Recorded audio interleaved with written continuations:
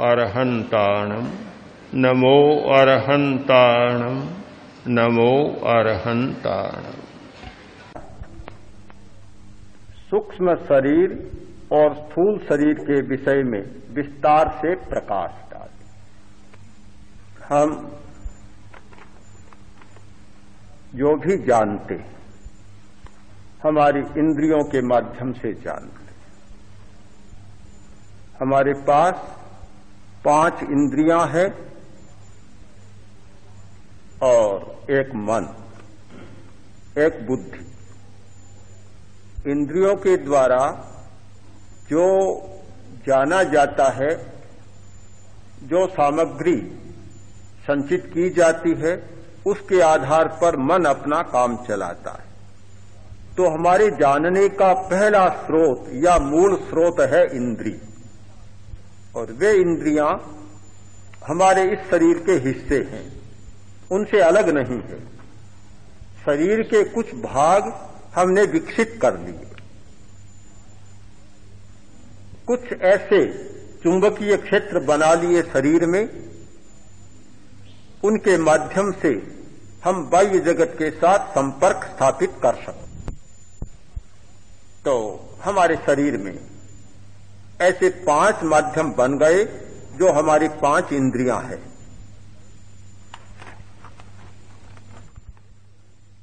इस स्थूल शरीर से परे कुछ है, यह इंद्रियों का विषय नहीं, इंद्रियों से नहीं जाना जा सकता। किंतु हमारे शरीर में कुछ ऐसे तत्व हैं जिनके बारे में चिंतन करते, अनुभव करते, प्रयोग करते करते हम अपनी बुद्धि के द्वारा, चित्त शक्ति के द्वारा इंद्रियों की सीमा से परे जाकर और सूक्ष्म शरीर की सीमा तक भी पहुंच गए।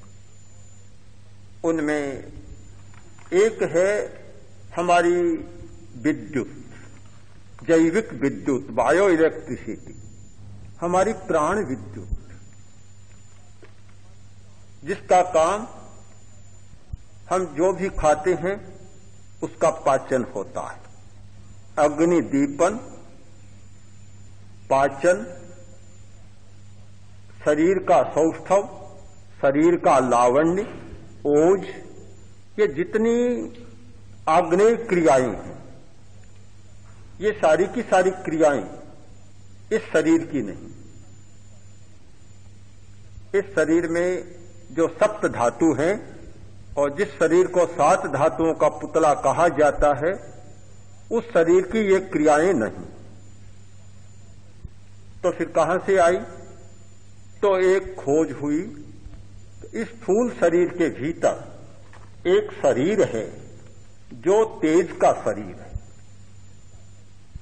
विद्युत का शरीर है, और वह शरीर इस स्थूल शरीर की सारी क्रियाओं का संचालन कर रहा है।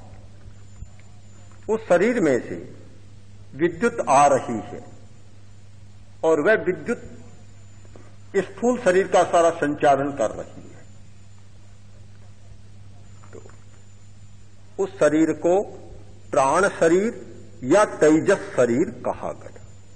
कुछ साधना पद्धतियों में प्राण शरीर और कुछ साधना पद्धतियों में तेजस शरीर कहा गया।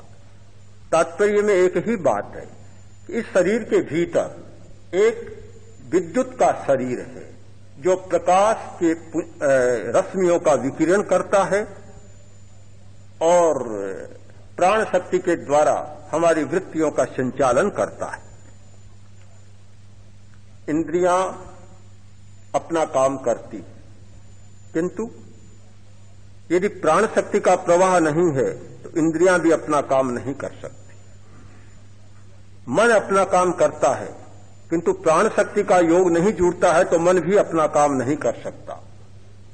स्वर यंत्र अपना काम करता है, किंतु प्राण शक्ति का योग नहीं है तो स्वर यंत्र भी अपना काम नहीं कर सकेगा। हमारा रेस्पिरेटरी सिस्टम काम कर रहा है, हम श्वास ले रहे हैं, किंतु उसके साथ भी प्राण शक्ति का संयोजन होता है।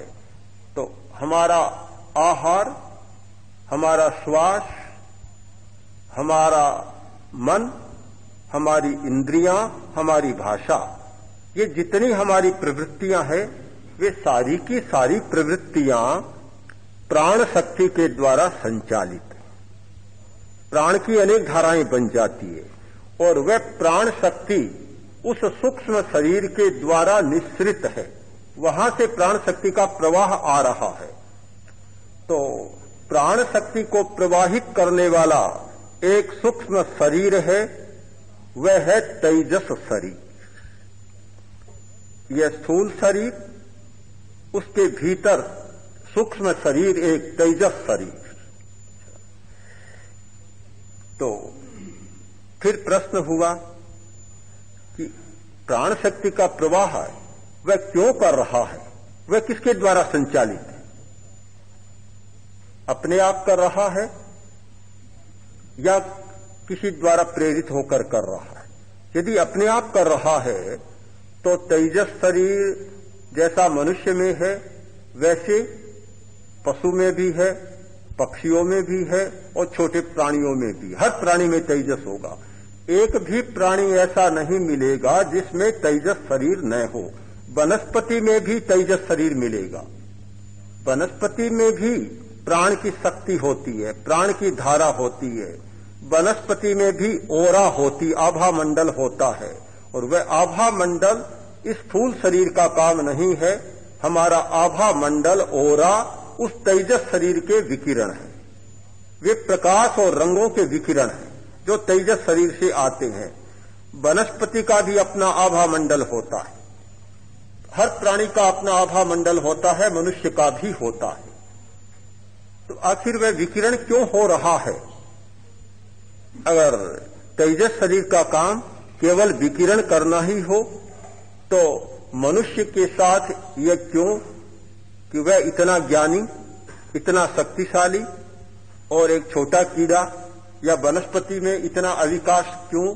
यह अंतर तेजस शरीर का नहीं है। तेजस शरीर के पीछे भी कोई एक प्रेरणा है सूक्ष्म शरीर की, और वह है हमारा कर्म शरीर। यानी जिस प्रकार के हमारे अर्जित कर्म और संस्कार होते हैं उनका जैसा स्पंदन होता है, उन स्पंदनों से स्पंदित होकर तेजस शरीर अपना विकिरण करता है। और तेजस शरीर जिस प्रकार की प्राण धारा प्रवाहित करता है वैसी प्रवृत्ति हमारे स्थूल शरीर में होती है। तो यह स्थूल शरीर, तेजस सूक्ष्म शरीर और कर्म सूक्ष्म तर शरीर एक श्रृंखला जुड़ जाती है। तीन शरीरों, तीन का विस्तार भी किया जा सकता है। कुछ 7 शरीर भी मानते हैं, थियोसॉफिस्ट 7 शरीर की परिकल्पना करते हैं। तो ये विस्तार हो सकता है, पर ये 3 शरीर की एक व्यवस्थित श्रृंखला हमारे सामने आती है, स्थूल सूक्ष्म और सूक्ष्मतर। इन शरीरों के माध्यम से हमारी सारी प्रवृत्तियों का संचालन होता है। फिर चाहे चेतना का तारतम्य, अविकास और विकास, फिर चाहे शक्ति का तारतम्य, अविकास और विकास, और फिर चाहे आनंद का तारतम्य, अविकास और विकास। ये मूलभूत प्राणी की 3 शक्तियां यानी ज्ञान, आनंद और शक्ति, इन तीनों की अभिव्यक्ति के माध्यम ये 3 शरीर बनते हैं। यानी कर्म शरीर में जितनी अभिव्यक्ति के स्पंदन होते हैं उतने ही स्पंदन वे संक्रांत होते हैं तेजस शरीर में, और वे स्पंदन फिर संक्रांत होते हैं स्थूल शरीर में, जहां आकर पूरे प्रकट हो जाते हैं। तो एक प्रकार से हमारे सारी जीवन यात्रा का संचालन हो रहा है सूक्ष्म तर शरीर के द्वारा,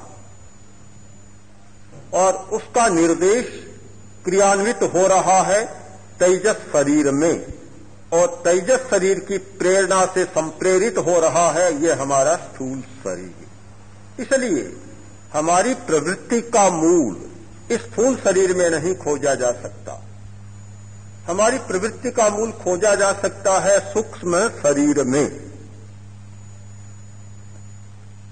आज के वैज्ञानिक प्रयोगों द्वारा ये बहुत स्पष्ट हो चुका है कि कोई आदमी बीमार होता है तो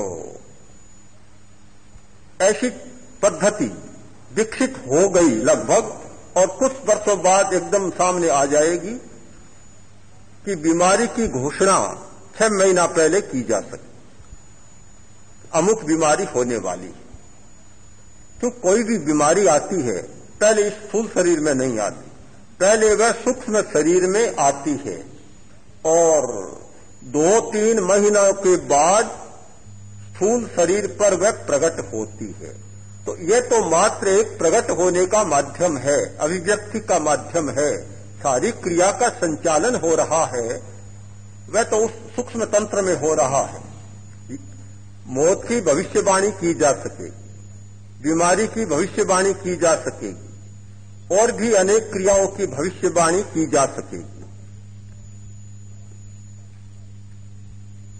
जैन साहित्य में देवताओं के विषय में कुछ ऐसी बातें मिलती हैं कि देवता जब मरणासन्न होता है, मृत्यु आसन्न हो जाती है, तो कुछ परिवर्तन होते हैं। उनमें एक परिवर्तन यह होता है कि आभा मंडल क्षीण होने लग जाता है, माल्यम्लानी जो उनकी माला होती है सदा विकस्वर रहती है, किंतु जब मरणासन्न स्थिति आती है वह म्लान होने लग जाती है। तो आभा मंडल की क्षीणता, माल्य म्लानी, प्रकंप, ये सारे लक्षण हैं जो उनकी मौत की सूचना देते हैं।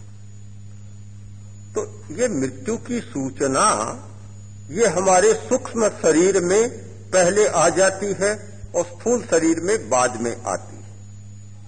तो तीनों शरीरों का एक सामंजस्य है और एक सूत्रता में तीनों जुड़े हुए हैं और वे अपना कार्य संचालन कर रहे हैं।